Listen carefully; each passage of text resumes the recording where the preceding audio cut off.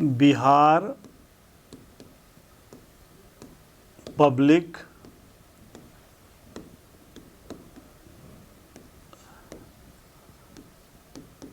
Service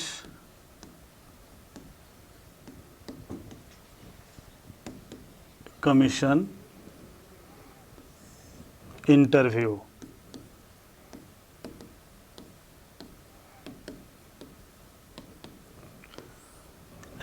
Actually, basic theme is that how to prepare for interview, better preparation for interview in Bihar public service commission. मुख्य रूप से यह ध्यान रखने की चीज़ है कि जो इंटरव्यू है उसको कई आयामों से देखना चाहिए। कहता है ये इंटरव्यू है, ये इंटर है और फिर ये व्यू है। इंटर मतलब अंतर, आंतरिक चीज़ों का आपका व्यू, देखना, अवलोकन करना।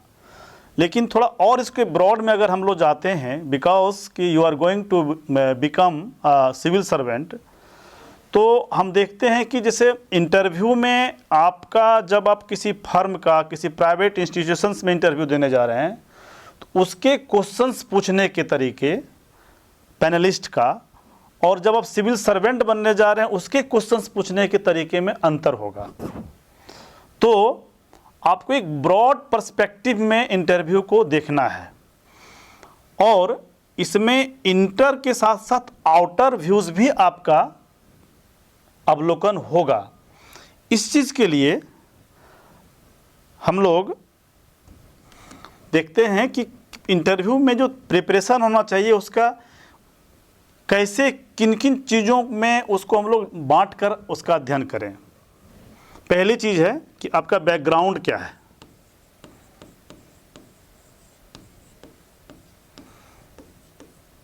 बैकग्राउंड का मतलब है कि आप किस जगह से आते हैं, किस आपकी ग्रामीण पृष्ठभूमि रही हो, शहरी पृष्ठभूमि रही हो, आपके पिताजी क्या करते हैं, माँ क्या करती हैं, कितने भाई हैं, ये पूरी फैमिलियर बैकग्राउंड। इससे पहले आप जब इंटरव्यू देने के लिए आ रहे हैं, इससे पहले आप क्या करते थे, अगर कुछ करते थे तो उसके बारे में भी विस्तृत जानकारी। सपोज दैट कभी क्या होता है ना कि हम लोग देखते हैं कि इंटरव्यू में, सिविल सर्विसेज के इंटरव्यू में कभी कभी आपका ग्रेजुएशन किया हुआ है, पीजी किया हुआ है, तो उसमें गैप मिलता है, रहता है 5 साल 7 साल 8 साल प्रिपरेशन के बाद इंटरव्यू में अगर पहुंचते हैं तो ये पूछा जाता है, कोई पैनलिस्ट पूछ सकते हैं आपसे कि आप इतना दिन से क्या कर रहे थे, आप 7 साल से क्या कर रहे थे। तो उसका भी तैयारी आपको करके उसका एक सेटिस्फैक्ट्री आंसर क्या होगा, ये तैयारी करके आपको जाना चाहिए।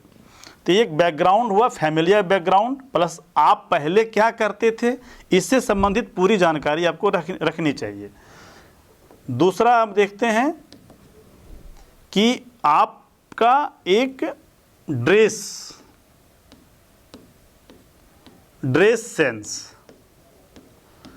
सेंस का मेरा तात्पर्य यहाँ ये है कि व्यक्ति का 2 चीज़ बहुत महत्वपूर्ण होता है, एक एड्रेस और एक ड्रेस। जैसे अगर कोई यह बोले कि मैं दिल्ली के चाणक्यपुरी से बोल रहा हूँ, तो जब ये चीज़ें दिल्ली के चाणक्यपुरी से बोल रहा हूँ तो प्राइमा फेसिया जाता है कि एक अच्छा लोकेशन से, एक अच्छे जगह में ये रहते होंगे, चाणक्यपुरी। और अगर कोई बोल रहा है कि नहीं मैं मुखर्जी नगर से बोल रहा हूँ, तो मुखर्जी नगर के लोकेशन, मुखर्जी नगर की वैल्यू उसी दिल्ली में और चाणक्यपुरी के वेन्यू में, उसके लोकेशन में अंतर है। ठीक है, तो ड्रेस और ड्रेस आपका पहनावा, ड्रेस कोड।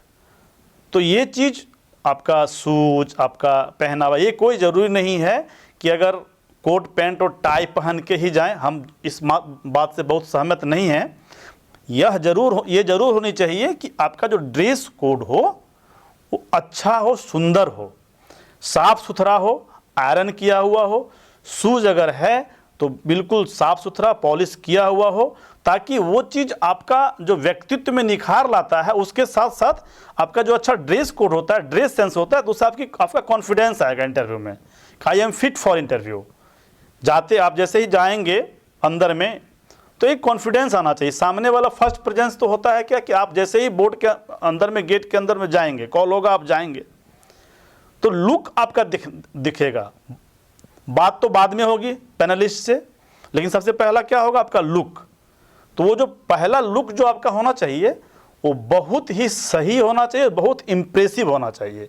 इसीलिए हम बोल रहे हैं कि ड्रेस सेंस अच्छा हो। और इसके बाद आइए कि आपका कंसेप्ट,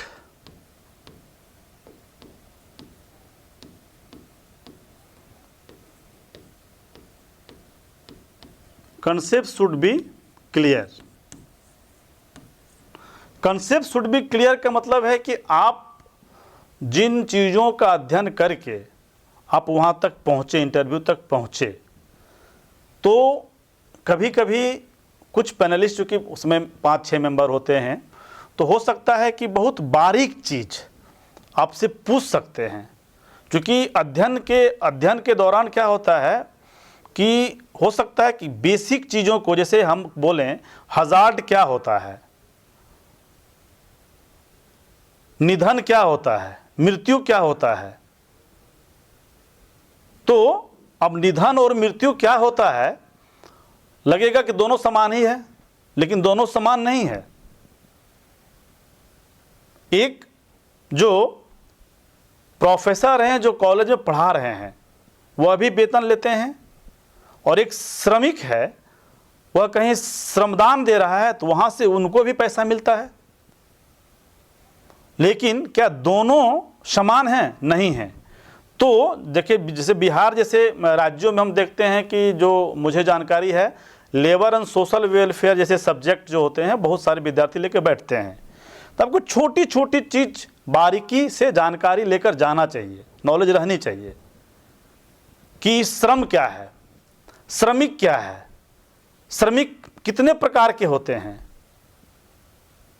इन सब चीज़ों में अब आपको लगेगा कितनी, हम तो सब जान रहे हैं श्रम क्या है, श्रमिक क्या है, लेकिन अगर आप उन चीज़ों पर कभी ध्यान नहीं दिए होंगे कि निधन क्या है, मृत्यु क्या है, अगर आप उस पर कभी ध्यान नहीं दिए होंगे, अपनी पैनी नज़र नहीं डाले होंगे, तब आपको लगेगा कि जानते हुए भी हम इंटरव्यू बोर्ड के सामने बता नहीं पा रहे हैं।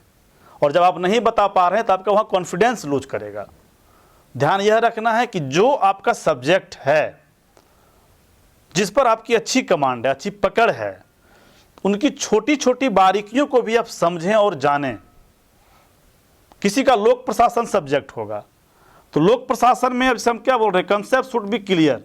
तो लोक प्रशासन सब्जेक्ट है, इसमें आप है शासन, एक होता है शासन, इसी में आता है, एक होता है प्रशासन।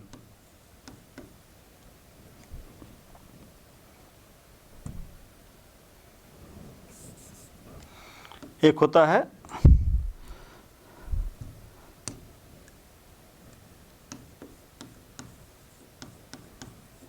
प्रशासन।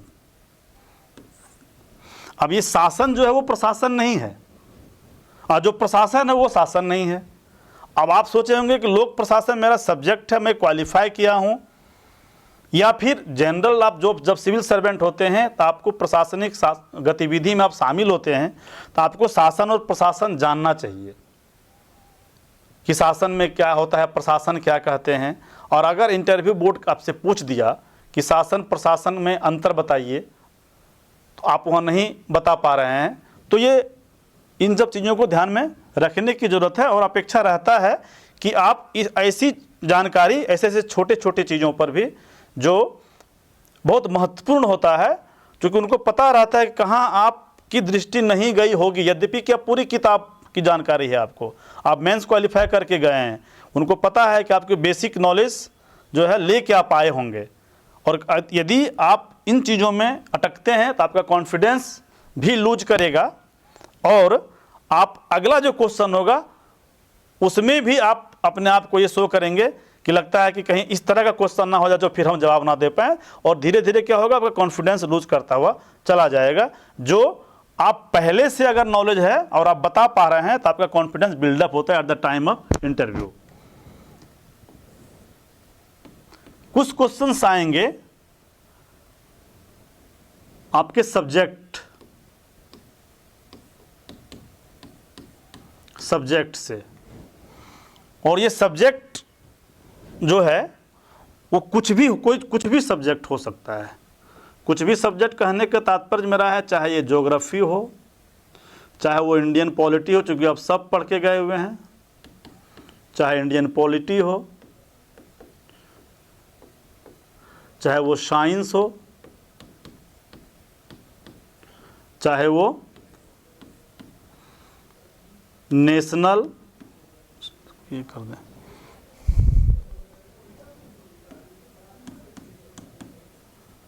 नेशनल, इंटरनेशनल,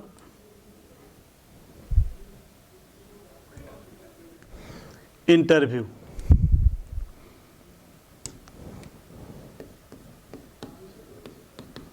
इंटरव्यू की बात मैं कर रहा था। इसमें मैं बता रहा था कि सब्जेक्ट से क्वेश्चंस आते हैं, पूछे जाते हैं। और सब्जेक्ट में मैं चर्चा कर रहा था कि सब्जेक्ट कुछ आपके कुछ कहीं से आ सकते हैं, ज्योग्राफी, पॉलिटी, साइंस, एटसेट्रा। और एक हो जाएगा इधर आपका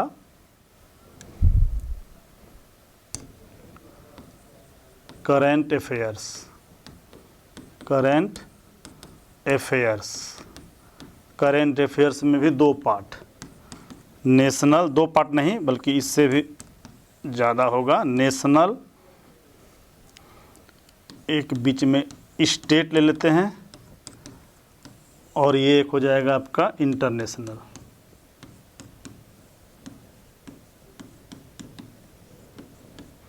अब इसका मैं तात्पर्य ये बताना ये चाह रहा हूँ कि जिस दिन आपका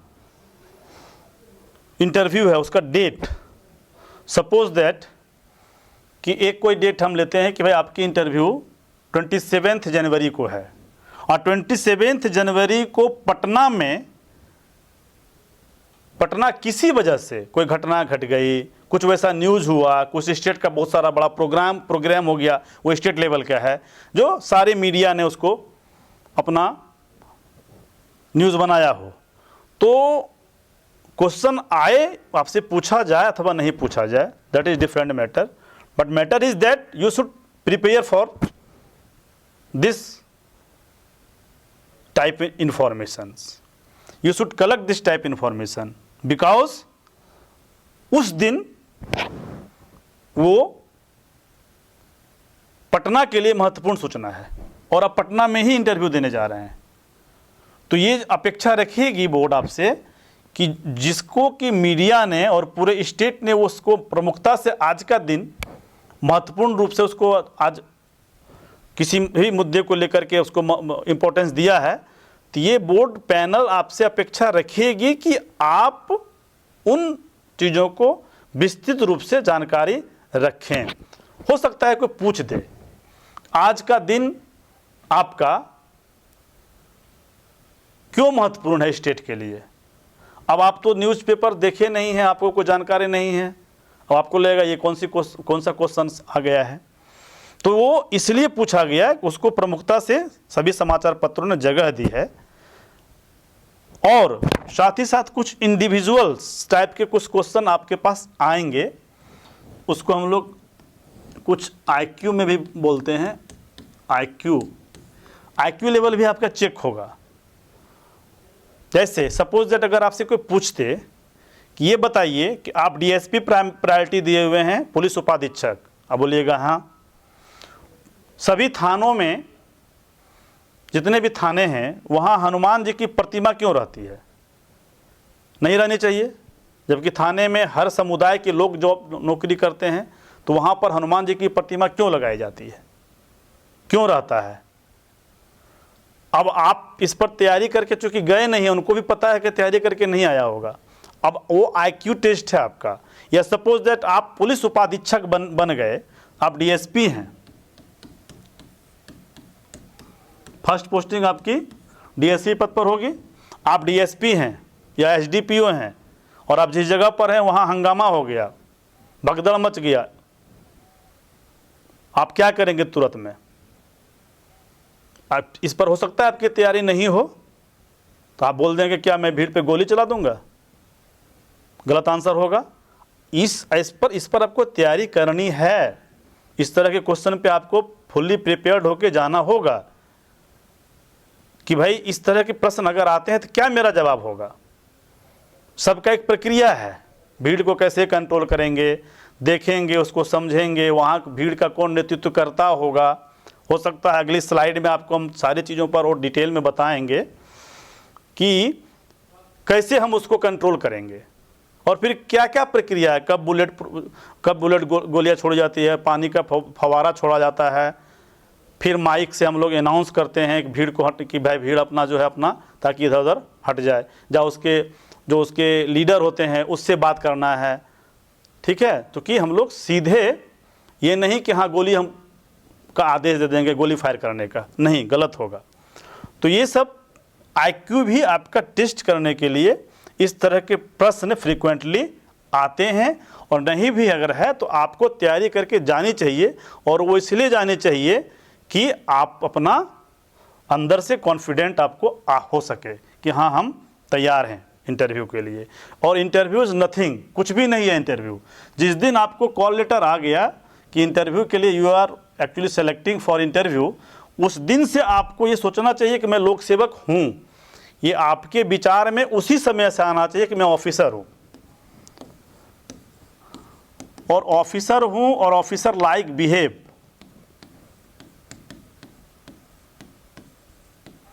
आपको प्रयास करना चाहिए। सपोज दैट कि एक क्वेश्चन होता है कि आप गए इंटरव्यू पैनल्स, आपको जानबूझ के टेबल से एक पेपर टेबल से नीचे गिरा देता है और बोलेगा पेपर उठा के दीजिए, क्या कीजिएगा आप? अब ऑफिसर लाइक बिहेव होता है कि या तो सर हम फिर बेल बजाएं, या किसी जो बाहर में हमारे हैं स्टाफ उसको बोले इसके लिए है कि आप पेपर उठा के, नीचे गिरा हुआ उठा के हमको दीजिए। या नहीं कि हाँ हम किसी तरह मेरा सिलेक्शन हो जाए और हम पेपर खुद ही उठा के अब दे दिए, पेपर वेट गिर जाए खुद ही उठा के हम दे दिए। आपको ऑफिसर लाइक बिहेव करना होगा। वो चीज़ आपको उसी दिन से बीजारोपण होना चाहिए जब आपको इंटरव्यू के लिए बुला दिया गया। इससे पहले से ही एक तैयारी, ऐसा नहीं होता है कि हाँ आप PT कर रहे हैं, मेंस से कर रहे हैं, इंटरव्यू कर रहे हैं।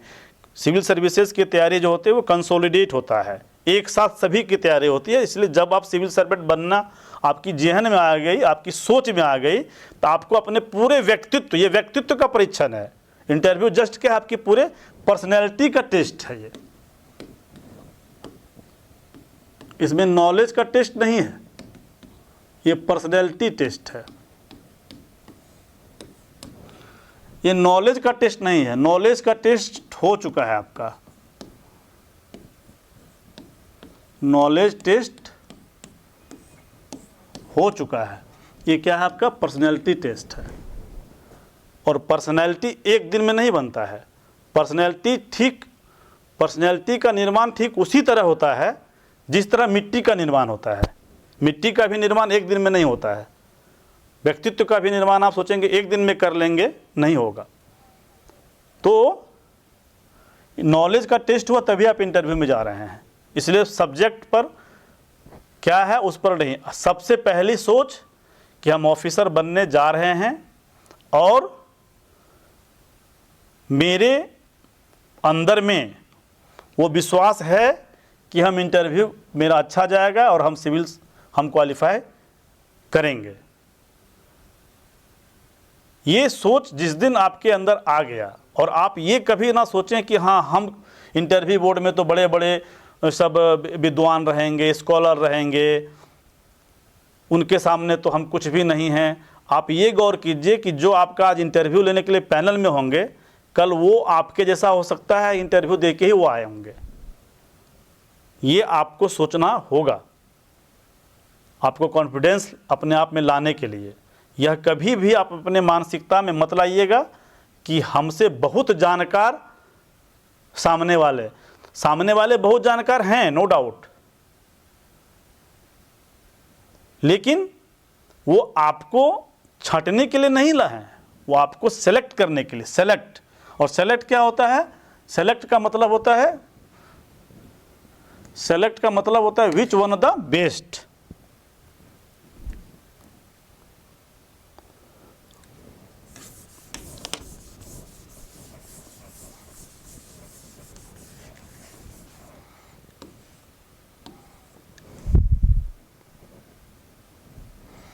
सेलेक्ट का मतलब है, सेलेक्ट का मतलब होता है कि बहुत सारी चीजें हैं उसमें से बेस्ट, बेस्ट ऑप्शन। अगर आपके बोर्ड में एक दिन में 10 कैंडिडेट का इंटरव्यू का रखा होगा, तो इस 10 में जो बेस्ट होंगे उसी को सेलेक्ट करने के लिए वो हैं।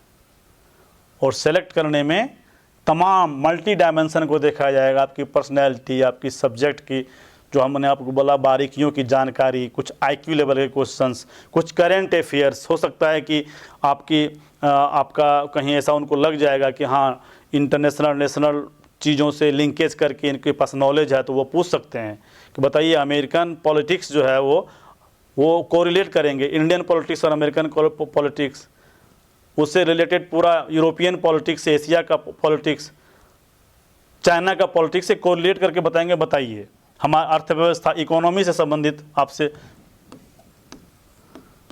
इकोनॉमी में भी बहुत सारे क्वेश्चंस आएंगे। बिहार के संदर्भ में भी क्वेश्चंस आएगा, स्टेट स्पेसिफिक, ये इकोनॉमी में स्टेट स्पेसिफिक क्वेश्चन ही बनेगा। क्या लगता है कि बिहार NDA की गवर्नमेंट में या RJD की गवर्नमेंट में कंपैरिजन करके बोलेंगे कि क्या लगता है अर्थव्यवस्था बिहार का अभी ग्रो अप हुआ है या नहीं? कुछ इस तरह के क्वेश्चंस आएंगे ताकि आपका इंक्लाइनेशन देखा जाएगा। यही होता है पर्सनैलिटी टेस्ट, इंटरव्यू, कि आप किसी पार्टी के प्रति बायस्ड होकर आंसर तो नहीं दे रहे हैं, आपका आंसर कितना बैलेंस है, कितना एडमिनिस्ट्रेटिव अप्रोच है। So my suggestion is that you always opt administrative approach and secondly welfare approach. प्रशासन होता है आपके प्रियम्बल के अनुसार, एडमिनिस्ट्रेशन क्या है? कहता है वेलफेयर स्टेट है, उसी के तहत आप काम करने जा रहे हैं। आप नौकरी पाएंगे तो आप सिविल सर्वेंट बनेंगे और आपका काम रहेगा वेलफेयर। तो आपका सबसे अच्छा आंसर है कि जो वेलफेयर के अच्छा हो, एक मास के वेलफेयर के लिए, एक समूह के कल्याण के लिए जो अच्छा हो वही हम करेंगे। उस सोच को डेवलप करते हुए आप आंसर अपना करेंगे तो ज़्यादा अच्छा होगा। तो व्यक्तित्व परीक्षण में आपको अपनी स्टेट की आपको अपने बारे में जानकारी और पूरे ड्रेस कोड, ड्रेस सेंस के साथ साथ पूरे सब्जेक्ट, नेशनल इंटरनेशनल, आप प्रतिदिन न्यूज को पढ़ें। उस न्यूज में आप देखें प्रमुखता से कि हाँ नेशनल में क्या है, इंटरनेशनल क्या है, मेरे स्टेट का क्या है। आप लगता है कि हमारा गांव किसी चीज़ के लिए फेमस है, सपोजर कोई नालंदा के होंगे, कोई बिहार शरीफ के होंगे, नालंदा यूनिवर्सिटी के बारे में हो सकता है क्वेश्चन पूछा जाए, भागलपुर के होंगे, विक्रमशिला के बारे में हो सकता है आपसे क्वेश्चन पूछा जाए, या हो सकता है जिस जगह से आप आते हैं उस जगह की कोई महान विभूति हो, उसके बारे में आपको पूरी जानकारी रखनी चाहिए।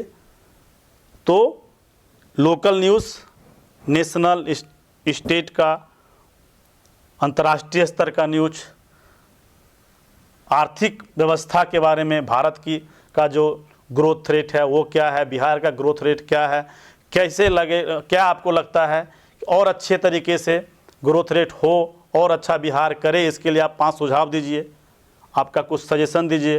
हिंदी साहित्य वगैरह के बारे में भी आपसे कुछ पूछा सकता है, अगर आपकी साहित्यिक रुचि उसमें पकड़ में आ जाए कि साहित्यिक व्यक्ति है तो हो सकता है कि आपको पूछ दे सरोज स्मृति किसने लिखा, कब लिखा गया। तो चूंकि नॉलेज का लेवल बहुत ब्रॉड है, उससे घबराने की जरूरत नहीं है। करत करत अभ्यास के जड़मती होत सुजान, रसरी आवत जात पे शिल्पे पड़त निशान। और कहा जाता है कि जो study please through the exercise, अगर आप अध्ययन करेंगे, एक्सरसाइज करेंगे तो आपको हर चीज़ धीरे धीरे आने लगेगी, ये अपेक्षा रखी जाती है। तो तमाम डायमेंशंस को ध्यान में रखते हुए आपके सब्जेक्ट, आपकी पर्सनैलिटी, आप जहाँ से आते हैं, आपकी पारिवारिक पृष्ठभूमि, हो सकता है उसमें उस पृष्ठभूमि में कोई बहुत सामान्य तरह के भी होंगे, किसी के घर में कोई डॉक्टर होगा, कोई इंजीनियर होगा, तो उस संदर्भ में पूरी तरह से जानकारी रहनी चाहिए। कोई बहुत संघर्ष करके भी सिविल सर्वेंट इंटरव्यू तक पहुँचे होंगे, उसके बारे में एक बहुत ही संतुलित और अच्छा से आंसर आपको देना है। पूछा तो जाएगा ही जाएगा। आपका जिस दिन बर्थ है, उस बर्थ में नेशनल, इंटरनेशनल, स्टेट लेवल पर कहीं कुछ घटना घटी है तो उस पूरे घटना के बारे में आप पूरी जानकारी रखेंगे, ये अपेक्षा रहती है। और इन्हीं सब शुभकामनाओं के साथ फिर से अगले स्लाइड में हम आपको विस्तृत रूप से एक एक चीज़ों की जानकारी देंगे। बहुत बहुत धन्यवाद।